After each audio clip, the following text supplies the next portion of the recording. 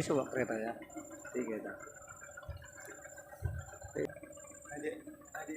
Mak tuam. Kisah asal mula Pulau Sikantan.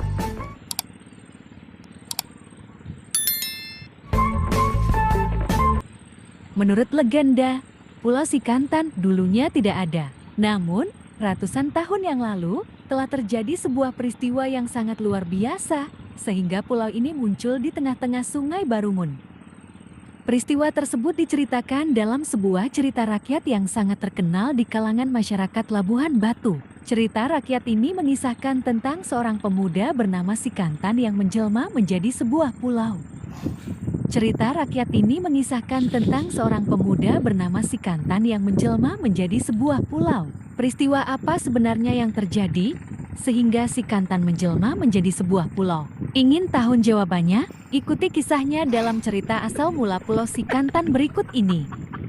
Alkisah, pada zaman dahulu kala, di tepi sebuah sungai di daerah Labuhan Batu, Sumatera Utara, hiduplah seorang janda tua bersama seorang anak laki-lakinya bernama Sikantan. Mereka tinggal di sebuah gubuk kecil yang sudah rapuh. Ayah Sikantan sudah lama meninggal dunia. Sejak itu, ibu Sikantanlah yang harus bekerja keras untuk memenuhi kebutuhan hidup mereka. Sikantan adalah anak yang rajin dan tekun bekerja. Setiap hari, ia membantu ibunya mencari kayu bakar di hutan untuk dijual ke pasar. Pada suatu malam, ibu Sikantan bermimpi didatangi oleh seorang kekek tua yang tidak dikenalnya. Dalam mimpinya, Jadi itu kota kekek apa tua Labuan itu Bilik? menyuruhnya pergi menggali tanah di sebuah tempat di dalam hutan. Pada pagi harinya, ia menceritakan mimpinya tersebut kepada Sikantan. Wah, itu mimpi yang Itu kok nggak bagus, diolah? Bu. Sebaiknya kita laksanakan petunjuknya. Siapa tahu ini bisa mengubah nasib kita, ujar Sikantan.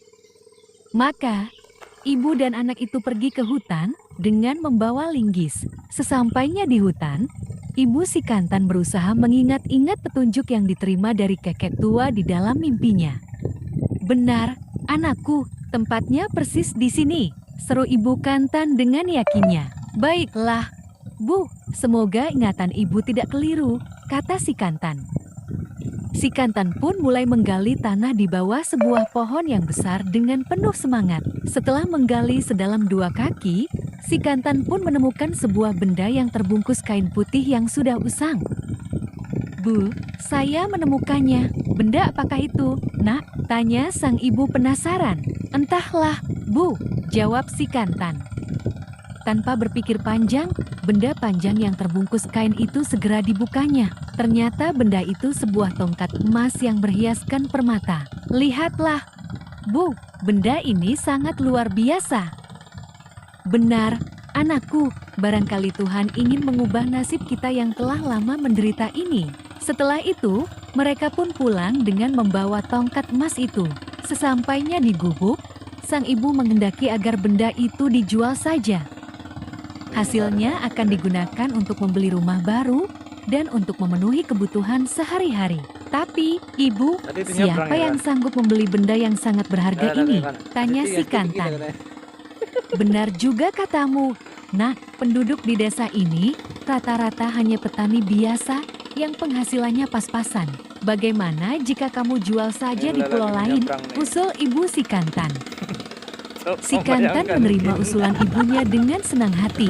Namun, di sisi lain, ia sangat sedih karena akan meninggalkan ibunya yang sudah tua itu sendirian.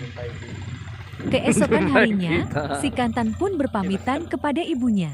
Jaga diri baik-baik, ya Bu. Setelah benda ini terjual, Kantan akan segera kembali menemui ibu, ucap Sikantan kepada ibunya.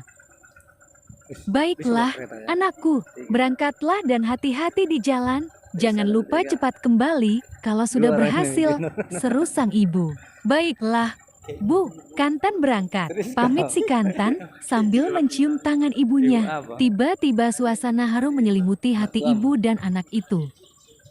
Tak terasa, sang ibu menetaskan air mata, lalu dipeluknya anak satu-satunya itu dengan erat-erat. Nah, jangan lupakan ibumu di sini.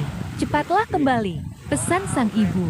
Iya, Bu, Kantan berjanji kembali secepatnya, jawab si Kantan membalas pelukan ibunya. Anjir. Si Kantan pun berangkat ke Kan sebuah dari pulau keluar lain suara. yaitu Malaka dan menawarkan tongkat emas yang berhiaskan permata itu. Dan akhirnya tidak ada satupun di bawah